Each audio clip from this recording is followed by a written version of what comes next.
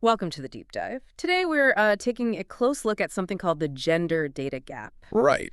Now, this might sound, I don't know, a bit niche, but it actually has surprisingly real-world consequences for you, for everyone, but, well, particularly women. Yeah, absolutely. We're talking about how our world, the way it's designed has been largely shaped by data that historically and maybe often unintentionally has really focused on men. And the results, well, they can range from just everyday frustrations, annoying things, to, in some really serious cases, actually life-altering situations. That's spot on. The collection of sources you shared, mostly from Caroline Criado Perez's book, Invisible Women, it does a fantastic job, really, of highlighting just how widespread this issue is. It's packed, isn't it? It is packed with research, compelling examples showing the impact of this gender data gap in just so many areas of life. Absolutely. And so our goal today, our mission for this deep dive, is to really unpack this idea for you. We want to explore how this gap shows up. I mean, in everything, right?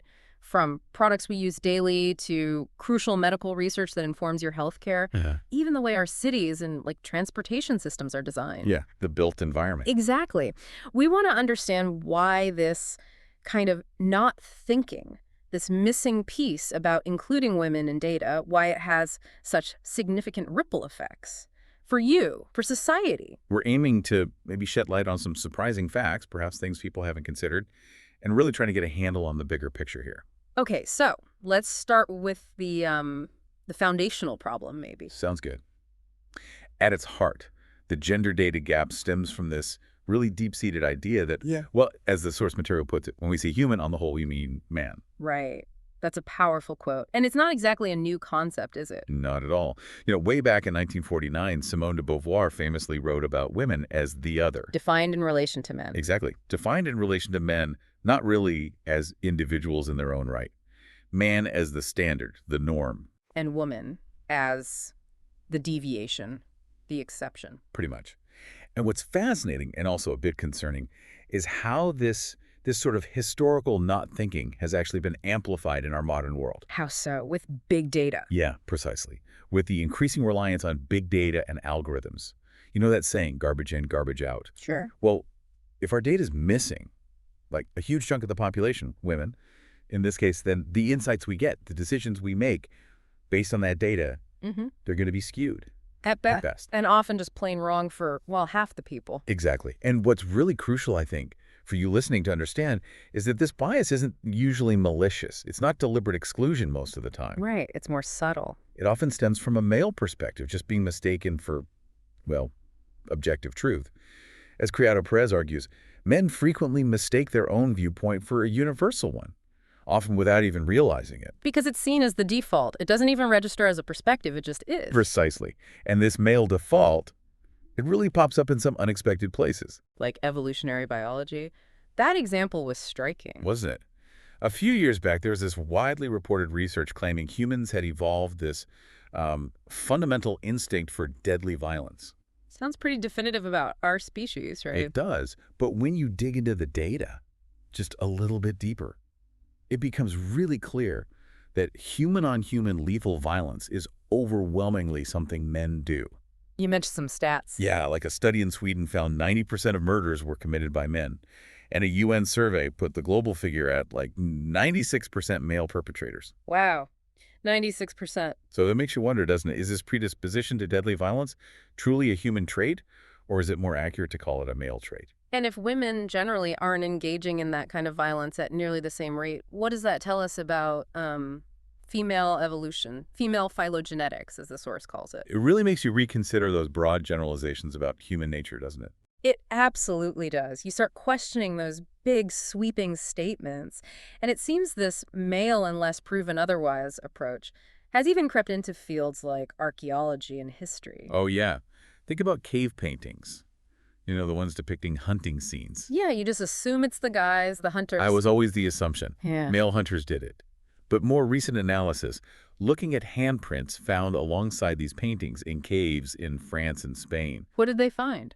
It suggests that a significant number, maybe even most of them, were actually made by women. Seriously. So women were potentially the main artists. It challenges that whole ingrained assumption. It's not just about ancient art. It's about who we assume was doing what back then. And it doesn't stop there, even with, like, actual human bones. Right. The famous Burka warrior skeleton, 10th century Viking burial in Sweden. Huh. The pelvis clearly indicated female. But for over a century, it was just assumed to be male. Why? Just how? Because the skeleton was buried with weapons, swords, axes, stuff like that, which meant warrior. And warrior equals male. In the minds of the archaeologists, yes, warrior automatically meant male. They even dismissed historical accounts of female Viking fighters as just, mythical embellishments. So the bias was that strong. It overrode the physical evidence. Apparently so. It Yeah. took DNA testing, like really recently in 2017, to finally confirm, yep, female warrior. Wow. That really highlights how powerful these cultural biases can be. Definitely. And then there's language, something we use every single day, right? Often without thinking much about its subtle biases. The generic masculine, using male terms for everyone. Exactly. Using terms like he or mankind, or even informal stuff now like guys to refer to mixed groups. And it has a very real impact on how we perceive the world. How so? What do the studies show? Well, numerous studies demonstrate that when you use the generic masculine, people are more likely to recall famous men. They're more likely to think of certain jobs as primarily male. Okay. They might even favor male candidates when hiring. And women themselves are often less likely to apply for jobs advertised using those terms. Really? It has that much effect? It seems so. It can even affect how women perform in interviews, apparently. It's read so overwhelmingly as male that it can even override existing stereotypes. Like the beautician example. Yeah, a beautician might suddenly be pictured as male if the generic masculine is used. Huh? It can even skew scientific study results by influencing how women respond in questionnaires. And this isn't just an English thing, is it? No, not at all. Languages like French, German, Spanish, they're gender-inflected. Nouns themselves are masculine or feminine. Right. And even though female terms often exist for jobs, the masculine is frequently the default, the generic term. In German, Anwalt means male lawyer, but it's also just the general word for lawyer. So the female form, Anwältin, is like an addition, a modification. Exactly. It subtly reinforces that idea of women as the other, the variation from the norm. And what about groups of people? That's another clear example. Right. In Spanish, right? A group of 100 female teachers is las profesoras. Okay. Feminine plural. But add just one male teacher to that group, and the whole group becomes los profesores, masculine plural. Even with 100 women and one man. Yep. It just underscores the power of that male default in our language. And even as English moves away from formal stuff like always using he, you mentioned it's creeping back in informally. Yeah, with Americanisms like dude, and especially guys being used supposedly neutrally for mixed groups. I hear guys all the time for everyone. Exactly. And remember the fuss when Danny Cotton, the first female head of London's fire brigade, suggested using firefighter instead of fireman? Oh, I do remember that. There was quite a backlash. Intense backlash. It really shows how deeply ingrained that male default still is for some people. They feel like something's being taken away. It's interesting how even in our, super modern digital world, these biases can stick around, like emoji. Right. Emoji. It's become like the fastest growing language, hasn't it? Used by almost everyone online. And women use them more, apparently. Yeah, women are actually heavier users of emoji than men. Yet, until fairly recently, like 2016. The emoji world was pretty male. Surprisingly male-dominated, yeah. The Unicode Consortium, this group, mostly in Silicon Valley, that decides the standards for emoji. They had a male skew. They did. They had things like male construction workers, male police officers, but not initially the female equivalents. So you couldn't be a female police officer emoji. Not at first. It took a real push, people advocating for more diversity. Thankfully, we've seen more inclusive emojis added since then. But it just shows, doesn't it? Even in something seemingly fun and trivial, that initial not thinking about representing women was there. Definitely. And this cultural habit of representing men as the default, it extends into other entertainment too, like video games. Ah, yes. Metroid, the classic example. Exactly. The big reveal at the end that the main character, Samus, was female. Yeah. It was designed to be a shock. Because everyone just assumed the hero was a guy. It relied entirely on that cultural assumption. And even though research shows roughly equal numbers of men and women play video games. For a long time, female protagonists were rare. Very rare. Only a tiny percentage of games featured them. Another clear example of how that male perspective historically dominated creative fields. And when there are attempts to address this, to have more female representation, Hmm? you often get that backlash we mentioned. Oh, definitely. When Marvel Comics made Thor a woman for a while, some fans reacted very negatively. But wasn't there a joke about? Yeah. One magazine pointed out, quite humorously, that nobody seemed to mind when Thor was temporarily replaced by a frog. Huh. Good point. And Star Wars, Doctor Who. Intense reactions when Star Wars featured female leads. And Doctor Who, after 12 male doctors, finally regenerated into a woman. People were not happy. Some were very unhappy. Even Peter Davison, a former doctor, expressed doubts. He worried about the loss of a role model for boys. Which just reinforces that idea, doesn't it? That male characters are the default, the universal role model. And female representation somehow takes something away from boys. It really underscores that underlying assumption. And this historical bias isn't just about fictional characters. It affects how we recognize real women's contributions. Like the Bank of England banknotes example. That was fascinating. Yeah, the criteria for being featured often relied on, like documented historical attribution of work. Okay.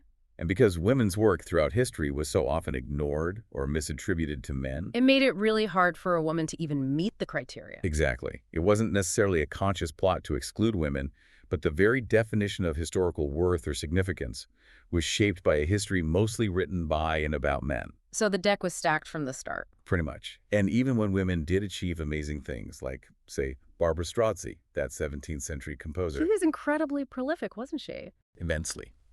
But she lacked the same access to resources and institutional support that men had. Compare her to her contemporary, Francesco Cavalli. Okay, who was he? He was the head of music at St. Mark's in Venice. A super prestigious role. Totally unavailable to a woman back then. So he had backing, resources. Exactly. He had the means, the institutional power, to preserve his compositions, to ensure his legacy. Strozzi, despite her huge output, just didn't have that same chance to be remembered equally. So continuing to focus only on the established canon just perpetuates those past inequalities. Precisely. It keeps women like her invisible. This kind of brings us to that tricky discussion around identity politics, especially the backlash after the 2016 U.S. election. Right. The argument you often heard was that focusing on diversity, on gender or race, somehow neglects broader issues, like economic class. But the source material suggests there's an unspoken assumption underneath that, doesn't it? Yeah, this idea that whiteness and maleness are somehow neutral. Point of viewlessness, as the legal scholar Catherine McKinnon put it. The belief that the white male perspective is just objective, rational, universal. Exactly. Because it's seen as the norm, it doesn't even register as a specific identity with its own biases. It just is. But the reality, of course, is that white and male are specific identities, just like any other. Absolutely. And in fact, studies around that time showed the increasing prominence of what could be called white identity politics. Yeah. Research even found that hostility towards women was a significant predictor of support for Trump. And the fact that this surprised people. Which goes to show how deeply ingrained that myth of male universality, that male neutrality really is. And this not thinking about women's specific needs and experiences, it has really practical, sometimes dangerous consequences, right? Like in urban planning. Oh, definitely. Think about something as basic as clearing snow in cities. Yeah, the Swedish gender-equal snow clearing example, that was eye-opening. Doesn't it? Traditionally, cities plowed the major roads first, right? Prioritizing cars. Makes sense, you'd think. Keep traffic moving. But in places like Karlskoga, Sweden, they switched it up. They started prioritizing pedestrian walkways and cycle lanes first. Why? What was the reasoning? Because women, who often handle more of the caregiving trips, taking kids to school, running errands, going to appointments, tend to use walking and public transport more for these complex, multi-stop journeys. Men's commutes are often simpler, point A to point B, often by car during peak hours. So prioritizing sidewalks actually helped women get around for their essential tasks. Exactly. And while some corners of the internet jumped on it when Stockholm had issues implementing it during one bad storm. Karlskoga had been doing it successfully for years. And what's also really important is the economic side. Pedestrian injuries from slips and falls on icy sidewalks. They cost society a lot more in healthcare and lost work time than just clearing the roads properly. So preventing those falls by clearing walkways first actually saves money in the long run. It makes good financial sense. It just wasn't the default way of thinking. It really shifts your perspective on something so mundane. And this bias towards male commuting patterns, it shows up elsewhere in transport planning too. Oh, yeah. The focus is often on mobility related to employment in those peak commuting hours. Which tend to be more male patterns. Right. And terms like compulsory mobility, the essential trips, they're often defined just as going to work or school. As if care trips aren't essential. Exactly. Yeah. It overlooks the fact that taking a child to daycare or an elderly parent to the doctor, those are just as compulsory for the people doing them, overwhelmingly women. It's like those trips are seen as less important, maybe discretionary. And planners sometimes see women's travel as difficult to measure. Because it is more complex. Yeah. Multiple stops, off-peak travel. It doesn't fit the neat models based on the male commute. So instead of trying to understand it better, there's often this assumption of universal needs. Which ignores specific concerns women have, like safety. Safety is a huge one. Official crime stats might show men as more likely victims of certain crimes in public spaces. Leading to women's fears being dismissed as irrational. Right.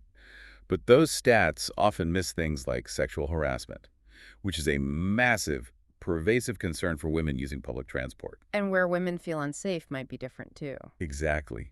Women often report feeling much more fearful at poorly lit, isolated bus stops than actually on the bus or train. Yet security measures often focus more on the vehicles themselves. Well, women are starting to collect their own data now. Yes. Like in Delhi, India, after that horrific gang rape case, women created Safecity. What's that? It's a crowd mapping platform. Women can anonymously report harassment incidents, and the data showed groping on public buses was a huge, widespread problem. Something traditional crime stats probably weren't capturing adequately. Giving voice to an unseen reality. Precisely. And it's not just transport. Think about supposedly neutral spaces like gyms. Gyms, how are they male biased? Well, many women report feeling uncomfortable, stared at, even harassed in the weights area, for example. It highlights how even spaces meant for everyone can feel dominated by and designed around a male default, not offering truly equal access and comfort. All of this feels connected, doesn't it, to the unequal burden of unpaid work. Absolutely. That 1975 Icelandic women's strike is such a powerful example. What happened there? Women across Iceland refused to do any work, paid or unpaid, for a whole day. Cooking, cleaning, childcare, their jobs. Everything stopped. Wow, what was the impact? It basically shut the country down and starkly highlighted how much society relies on women's often invisible unpaid labor. And the studies consistently show this disparity continues, right? I really do. A U.S. study on scientists found female scientists, even with demanding jobs, still did way more cooking, cleaning, laundry, parenting than their male colleagues. Added huge numbers of hours to their week. And that's not just the U.S. No. Similar patterns are seen everywhere. India, Italy, France, the list goes on. Women consistently shoulder more unpaid work. And that directly impacts their paid work, their careers. Of course. It limits the time and energy they have for paid work, for professional development, for climbing the ladder. It's a major barrier to career progression. Parental leave policies are another area where things look equal on the surface, but maybe aren't. Yeah, that's a complex one. Most industrialized countries have paid maternity leave, but the length and how well it's paid vary hugely. And often not enough to really keep women connected to the workforce. Exactly. It can sometimes inadvertently encourage longer breaks that make it harder to return. The UK, for instance, boasts about generous leave length. But the pay isn't great compared to others. Ranks pretty low in the EU for decently paid leave, yeah. Yeah. And the US, of course, is way behind, with no federal paid leave for most women. Which likely contributes to U.S. women's falling labor force participation rates. It's definitely considered a major factor, yeah.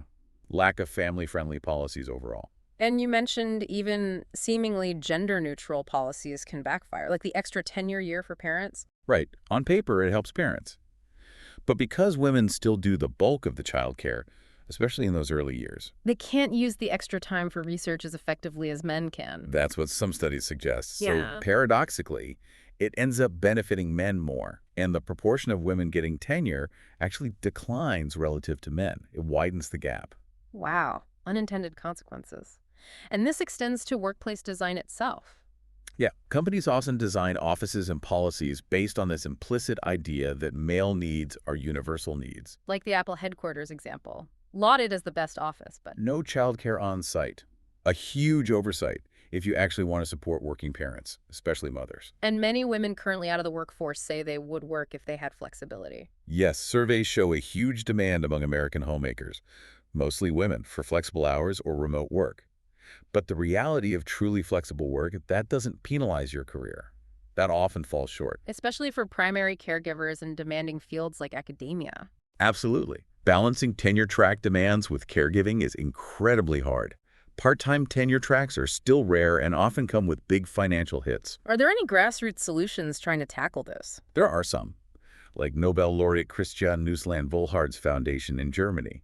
It specifically supports female PhD students with kids. Recognizing that the long hours culture is a barrier. Exactly. Directly addressing a systemic issue impacting women's progression. The tech industry feels like a really important case study here. It prides itself on data and meritocracy. Right. There's this strong belief in meritocracy, yet often a real lack of basic sex disaggregated data on who gets hired, who gets promoted. And the dominant image is still. Still very much the white male Harvard dropout archetype, isn't it? That's often seen as the template for success. And the actual numbers show the imbalance. Clearly, women are only about a quarter of the tech workforce and just 11% of executives, despite earning more than half the relevant degrees. So where's the disconnect? Subtle biases. It seems so. Studies show these biases creeping in everywhere. Hiring, promotions, peer review, even letters of recommendation. The Matilda effect. What's that? That's the phenomenon where women's scientific contributions get overlooked or wrongly credited to their male colleagues. It happens depressingly often. And women in academia often get stuck with more teaching, less valued admin work. Yes, which leaves less time for the research that actually drives career advancement and recognition. It holds them back. Does it start early? In schools? There's evidence it does. That draw a scientist test kids do. For decades, they overwhelmingly drew men. Teaching boys that brilliance is male. Unintentionally, perhaps, but yeah. Though the good news is, recent studies show that's starting to change. More kids are drawing women scientists now. That's hopeful. But algorithms and recruiting could bake these biases back in. That's the danger. If the data used to train recruiting algorithms reflects past biases, the AI might just perpetuate them, even automate them. What about solutions like quotas? They get a bad rap sometimes. They do. But interestingly, an LSE study mentioned in the source material found quotas can actually help weed out incompetent men, rather than just promoting unqualified women. So they challenge the idea that men are always hired purely on merit. Exactly. It suggests quotas can sometimes raise the overall standard by forcing a wider, potentially more rigorous selection process. Okay, shifting gears a bit. Perhaps the most alarming consequences of this data gap are in health and safety. Yeah, when data on women's bodies and health risks is missing, it can be literally deadly. Think about endocrine disrupting chemicals, EDCs. Okay, what about them? The data on their long-term impact, specifically on women, is surprisingly thin. This is despite known links to things like breast cancer and higher risks for women in jobs like cosmetology or plastics manufacturing. But there isn't the same level of concern as with other toxins. Doesn't seem to be, no. Perhaps because the effects aren't as immediately visible. And then there's basic safety gear, PPE. Personal protective equipment, what's the issue there? It's often designed based on the average male body. Standard sizes, shapes. So it doesn't fit women properly. Often, no. Sure. Gaps in masks, loose gloves, poorly fitting harnesses, which makes the equipment ineffective or even hazardous. Puts women at greater risk in many industries. And this applies to the military too. Definitely. Rucksacks, body armor, other gear frequently designed for male bodies based on male anthropometry. Increasing injury risk for female soldiers. Yes, and affecting their performance too. And we need to remember who is often in these hazardous jobs, right? Absolutely. Women in these workplaces, nail salons, factories are often poor, working class, immigrants, vulnerable to exploitation, maybe hesitant to complain about safety for fear of losing their job. And the gig economy makes things worse. It can, yeah. More precarious work, fewer protections, undermining basic employee rights. It can make workers even more vulnerable. Sexual harassment is another huge workplace safety issue. Huge. And while good, up-to-date quantitative data can be hard to find, the hashtag #MeToo movement just blew the lid off how widespread it is. Yeah. UN estimates suggest up to half of women in the EU have experienced it. And precarious work makes you more vulnerable to that too. It certainly can, yeah. Less power to push back. What about violence against healthcare staff? Another often underreported issue. It leads to experienced nurses, mostly women, leaving the profession. And often, simple, cheap solutions like better alarm systems just aren't implemented. Even in agriculture, women's work is underestimated. Massively. Because official stats often focus on the household head, still usually assumed male, women's huge contribution to food production gets missed. So their lower productivity isn't because they work less. No, it's usually because they lack access to the same resources, credit, land, tools, training, often because those things are designed for or targeted at men.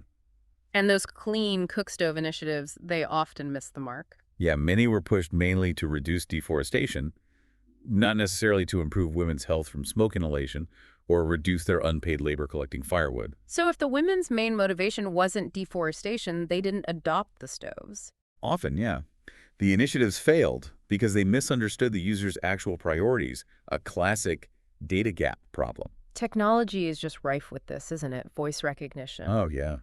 Trained mostly on male voices, historically. So systems like Siri or Alexa often have higher error rates for female voices. Seriously? Yep. And AI datasets can perpetuate stereotypes too, associating female names with family stuff, male names with careers. So the AI learns our biases. Pretty much. Even translation software. It often defaults to male pronouns, he said, even if the original language indicated a female subject. Sie sagte in German. Wow. What about medical devices, like breast pumps?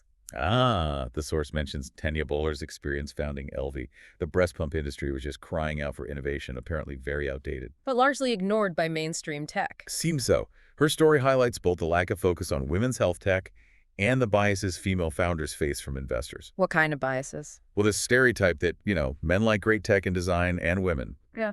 don't care as much, Yeah. which is obviously nonsense. And the venture capital world itself is heavily male. Overwhelmingly, like 93% male VCs, which leads to this men-back-men pattern. Female-led businesses often struggle for funding. Seen as hobbies, not serious investments. Sometimes, yeah, or just not understood by male investors who lack personal experience with the problem the product solves. We need more women writing the checks, basically. Yeah, and Bowler's work revealed an even deeper data gap. Yeah, apparently in developing their pelvic floor trainer, they discovered a massive lack of basic anatomical data on women's pelvic areas. Just fundamental research missing. Affecting half the population, and investors didn't believe the product was needed. Some didn't, because it wasn't a problem they personally experienced. That pattern recognition bias, again, investing in what you know or understand. And this lack of focus on the female body has had lethal results in car safety. Absolutely devastating. For decades, crash test dummies were based on the average male. Size, weight, spine structure. So cars were designed to protect men, essentially. Effectively, yes. Which is why women are 47% more likely to be seriously injured in similar crashes. 47%. That's shocking. Are things changing? Are there female dummies now? There are researchers like Astrid Linder developing them, yes, but they're still not standard everywhere. Though the argument is made that EU law already requires testing with appropriate dummies based on equality principles. Let's hope that becomes the norm. And in healthcare generally, diagnostic delays for women seem common. Way too common. That story about Michelle's endometriosis diagnosis taking years, being told it was in her head. That's heartbreaking and apparently not unusual. Sadly, no. The average diagnosis time for endometriosis is something like 8 to 10 years. 8 to 10 years of pain being dismissed. Exactly. Yeah. Thankfully, new medical guidelines are finally starting to emphasize just listening to women, believing their symptoms. And women's pain is more likely to be seen as emotional? Yes, dismissed as psychological, leading to higher rates of antidepressant prescriptions even when depression isn't the issue. And there might be actual biological differences in pain perception linked to hormones. Growing evidence suggests so, yeah. Differences across the menstrual cycle. But it's still a really under-researched area, and many GPs just aren't aware of sex differences in how well pain meds work. And heart attacks. The symptoms can be totally different for women. Totally different. Not the classic Hollywood heart attack, chest clutching, arm pain. Women are more likely to have stomach pain, breathlessness, nausea, extreme fatigue. Atypical symptoms. Exactly, which leads to misdiagnosis, delayed treatment, worse outcomes. And many doctors still aren't fully aware that cardiovascular disease actually kills more women than men, or aren't confident using sex-specific treatments. All this ignoring of women, it must have a huge economic cost, too. No, absolutely. GDP calculations traditionally just ignore unpaid work. Cooking, cleaning, childcare. Largely done by women. So GDP is an incomplete picture of the economy. Massively incomplete. But newer analyses are starting to quantify the huge economic value of that unpaid labor. And as populations age, more people have chronic illnesses. The burden of unpaid care grows. Exactly. And it falls disproportionately on women, forcing many to reduce paid work hours, lose benefits, drop out of the workforce entirely. Huge economic loss. So there's a clear economic argument for gender equality. Absolutely clear. Reducing women's unpaid work burden, closing the gender pay gap, it would massively boost GDP. Equal pay alone could add hundreds of billions to the U.S. economy. And investing in things like childcare. Makes huge economic sense. It's social infrastructure that enables women to participate more fully in paid work, benefiting everyone. But we should be careful with some stats, like the 70% of the poor are women one. Yeah, the source flags that one is dodgy. Widely cited, but not actually supported by current World Bank data. It highlights the danger of repeating claims without checking the source. We often just lack good, sex-disaggregated poverty data. Exactly. And even tax systems can have hidden biases, right? How so? Well, like that example from Argentina, where employee tax rebates were higher than self-employed ones. Men were more likely to be employees, women more likely self-employed. So women effectively paid more tax. Potentially, yeah. An unintentional bias that persists because no one systematically collects data on how tax policies impact women specifically. Political representation feels absolutely key here. Crucial. And the evidence shows that when you get more women in politics, it actually makes a difference. How? Different laws get passed. More focus on things like education, health, family policies, tangible changes. But female politicians face double standards, like with ambition. Definitely. Hillary Clinton's ambition was constantly framed negatively, right?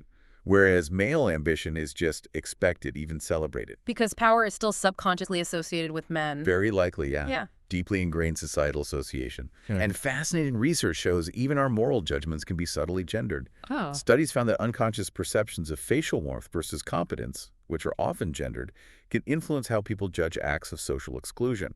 It shows bias even in morality research that aims for human universals, but often starts from that male default. And this links back to naive realism, assuming everyone sees the world like you do. Exactly. And projection bias, projecting your own experience onto others. This is likely amplified for white men in cultures that constantly reflect their experience back as the norm. Which makes male bias just look like common sense to those in power. Precisely. And women are still hugely underrepresented in parliaments globally. And not much is being done about it in many places. Often no. Recommendations to boost female representation in the UK Parliament, for example, have been rejected. But certain electoral systems help, like proportional representation. Yes. Research consistently shows countries with PR systems tend to have significantly more women elected. And even when women are elected, they face hurdles. Oh, yeah. They're often excluded from those informal, male-dominated networks where the real deals get done. Their opinions might not be sought or valued equally. And they get interrupted more. Constantly, even in high-profile debates. Studies have documented it repeatedly. They're silenced more often than male colleagues. And in some places, actual violence or harassment. Sadly, yes. Some countries like Bolivia are legislating against political violence targeting women, which is progress. But most places still act like it's a level playing field, lacking proper procedures to deal with sexism and harassment. A harmful culture of sexism persists, especially in local government. That's what the source suggests, yeah. And in really extreme situations like disasters and conflict, this data gap is devastating. Like the houses rebuilt in Gujarat after the earthquake. Yeah, built without kitchens. Because women, the primary users, weren't consulted. Basic stuff just overlooked. Or not considering women's other roles, like caring for animals in disaster planning. And women get excluded from peace talks. Disturbingly often, yes. The UN, powerful actors, sometimes give in to demands to keep women out, citing cultural sensitivity or fear of delays. So women's needs aren't represented when rebuilding society. Exactly. And humanitarian aid can be gender-blind too, like health advice during Ebola or Zika outbreaks. It didn't account for women's realities. Often fail to consider women's limited ability to actually follow the advice, given their social roles and lack of resources. It ended up worsening existing inequalities. And women die disproportionately in natural disasters. The figures suggest so, yeah. Often linked to those pre-existing inequalities in access to information, resources, mobility. Even refugee camps can be unsafe if facilities aren't segregated. Definitely. Gender-neutral toilets and washing facilities significantly increase the risk of sexual assault. International guidelines recommend segregation, but they aren't always followed. Forcing women into unsafe situations just for basic hygiene. Yeah, resorting to desperate measures. And homelessness figures often miss women too, right? How so? Standard counts often miss hidden homelessness.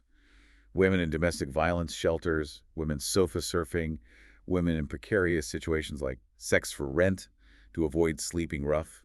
They don't show up in the usual street counts. It's all connected, the lack of data, the invisibility. But sometimes challenging these assumptions leads to breakthroughs. Absolutely, like that mathematician Dana Tamina. Who used crochet? Yeah. Use crochet, this traditionally feminine craft, to create physically accurate models of hyperbolic space, a really complex mathematical concept that was hard to model otherwise. Wow, connecting craft and high-level math.